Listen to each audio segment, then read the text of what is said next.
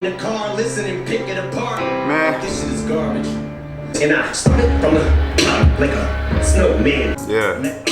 I'm feeling this one. Yeah. This is dope. This is dope. Black skin is whiskey, cause this keeps happening. Trash. History, African Americans have been. And a liar, being a thief, being a man's girl, even I know that. But she's devised some plan to stab him in the back, like an ancestor. And Jack and Beam, I'm thinking soon as trampoline, so we should bounce. Nah. But you're out of your tube. Trash. This track is alright. Shiny rocks in that tiny box when we tied the knot. When we broke the knot, every line we crossed, we was both.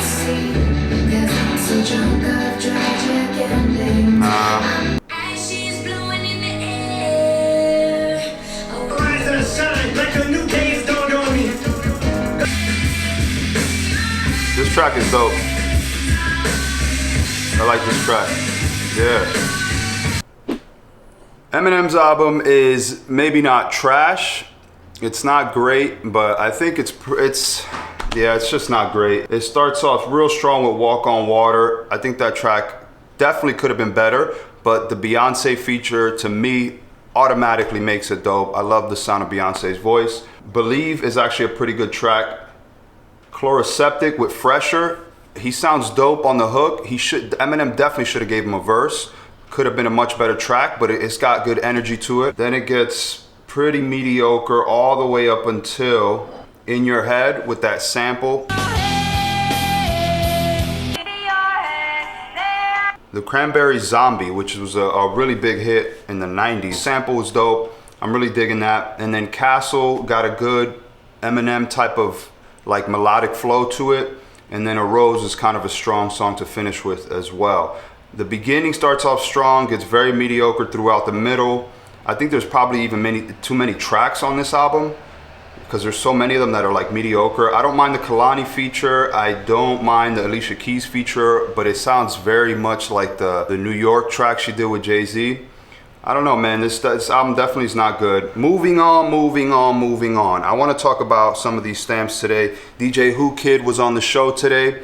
DJ Who Kid is definitely a legend in the hip hop game, but he was not a good guest host, and there's actually a lot of controversy around this guest host situation because Joe was not supposed to miss the show today, even though they're saying that he's on like paternity leave or on daddy duties or whatever. That's apparently not true. I'll talk about that in a second. Moving on to Eminem's album, I just gave you the review. I don't think it's that good, honestly. I think it could have been better, but it's not as bad as people are making it seem. I wouldn't dismiss this album as complete trash. Definitely not. Yeah, this Eminem album was not all trash. I don't think we should dismiss it as just being, you know, like total garbage. Like some of the tracks that I mentioned a second ago are pretty good.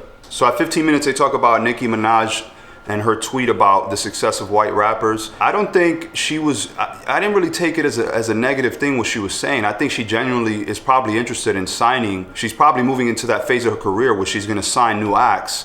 And I think that maybe she's genuinely looking to sign a white rapper. And I think that's all right. We saw what Eminem did for Dr. Dre. Eminem is nice. Nothing to take away from Eminem, but you do have to sort of acknowledge the fact that him being white gives him an automatic in with the big white audience that listens to hip hop. Had Eminem not been white, would he have been as successful as he was? I don't think so. So yeah, I don't think Nicki Minaj was saying anything negative about white rappers at all. I think maybe she's genuinely looking to sign some white rappers, maybe collabo with some. So I think that's all right. I think it's all right what she was saying. And then we move on at 20 minutes to talk about Nicki Minaj's verse on Plain Jane, which is such a dope track. It's probably one of my favorite tracks coming out of 2017. I think she definitely went in. Honestly, I think Ferg gave her a little bit too much time. Her verse should have been just a verse. She kind of even redid the hook on that track that I wasn't really crazy about. I prefer the original hook that's on the track, not the one that she kind of remade. The Nicki Minaj verse is kind of not enough. I think we need like a really good extended remix with like 2 or 3 other acts on that Plain Jane track because it is such a hard beat. The flow, the melody of the track is really catchy. It's tough, man. It's definitely in my top 5 tracks of 2017. At 33, we're talking about the news of X getting 7 new felonies on top of the charges he was already facing, and him going to jail because of that. And I knew this, man. Like, I remember when Academics first reported on X going back to court, I had a feeling what he was telling his fans to do by showing up to the courthouse was such a bad idea. Just him inviting people to show up at the courthouse is a really bad idea. Just him inviting people to show up at the court is such a bad idea. And I think that he made it even worse by then tweeting or Snapchatting the address of the courthouse, the number of the courthouse, and I think even the judge's name. Yo, judges do be getting murked out here. Like, it's not safe for judges out here. So for him to do that and to invite so much attention to what is otherwise outside of his celebrity, what is otherwise like a regular domestic case, him attracting all that extra attention to the court, whoever his lawyers are really let him down by even letting him keep those snaps up that long. If he was my client, I would have called him up right away and say, hey man, you got to delete that. You got to delete the address of the courthouse and stop telling your fans to show up and support. It's not a good idea. And I think honestly, Academics probably could have done him some favors, since he does have his ear, and said, yo man, this is probably not a good idea. Because remember at the time Academics reported it and really didn't add a lot of sort of opinion as to whether this is a good idea or not.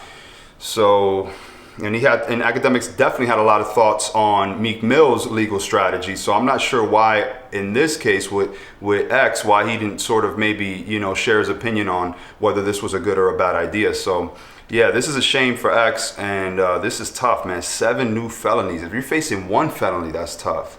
Then at 43 minutes, they gave you a little snippet of Black Thought freestyling on Flex, Hot 97 show. It ain't strenuous to come from a continuous breath. I set fire to the venue, I'ma spin you in step. Rinse, repeat. You checking for the sound of the beast. I'm the hound, I'm a creep. I get down, I'ma eat.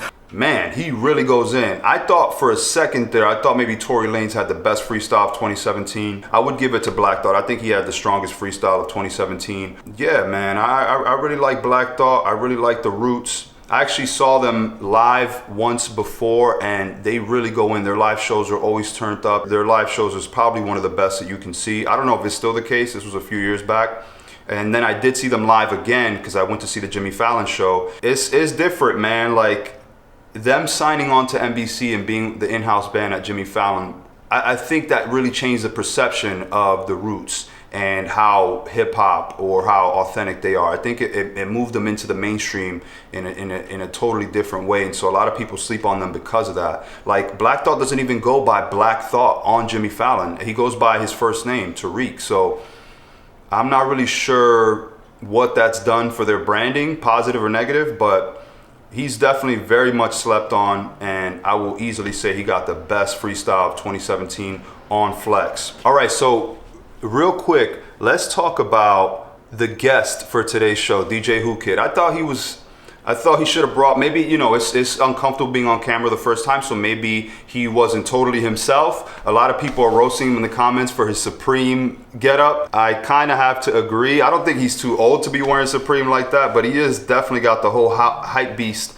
outfit going with the Yeezys, the Supreme hat, and the Supreme hoodie. So he's going a little hard with the Supreme, but I think that's all right. I mean, it is what it is. He's a legend. He gets to dress however he wants. But let's talk about, is Joe actually on paternity leave? Is he taking a break? Because if you go on his Twitter, he's really going at Everyday Struggle, or he's really going at Complex. And so I think he might have some beef with Complex. Let's see some of these tweets. Everyday Struggle responded, "No episode today, that's news to us." And then Joe responded to that tweet by saying, "No episode with me is what they meant, Chops." So he's calling out Chops directly on Twitter. "I don't be watching unless Joe's on there." And he said, "My contract is up, waiting to see how this plays out." He even tweeted out the address, the specific address of the Complex offices, because somebody said they were calling to see if Joe was going to be on the show, and they put him on hold for 33 minutes apparently. He said, if I'm correct, Academics doesn't have a contract either. They've got a shitstorm coming for Christmas. He was not supposed to miss today's show, apparently. And Mondays is like his favorite show. Like, Joe's always turned up on Mondays, which I love because he gets moody throughout the week. But then you come back Monday and he's like real hype, got good energy always. And so this is really interesting. He said, I'm not on paternity and they should stop using my 3-day-old child to mask internal chaos. Thanks. Because DJ Who Kid tweeted, Joe Budden will be back. He's on baby duties. I'm not taking his spot. So, seems to be a little bit of static between Joe and Complex. What I imagine is because of Everyday Struggle's success, Joe's probably asking for a bigger contract for 2018. And maybe Academics is not asking for more money because I think earlier in the year he renegotiated his contract to do the Friday show, so maybe he's getting a check that he's comfortable with, whereas Joe Budden only did the original contract and probably wants to see something a little bit better for 2018 considering the success of the show. So hopefully they could work this out, because to not have Joe Budden, I mean, just read the comments. Everybody's basically no Joe, no show. So that's looking real crazy for Complex. Anyways, thank you guys for watching this video. Thank you to all the people that have been commenting on my original video on this channel. Thank you for everybody else who showed up to my second video on this channel. And I appreciate all you guys' support. If you like this video, definitely leave me a like. If you have any questions, leave me a comment. If you disagree with anything that I say, definitely leave me a comment. And if you want to stay in touch with me, definitely hit that subscribe button so you can see what else I get into. Thank you guys so much for watching. I appreciate you. Peace.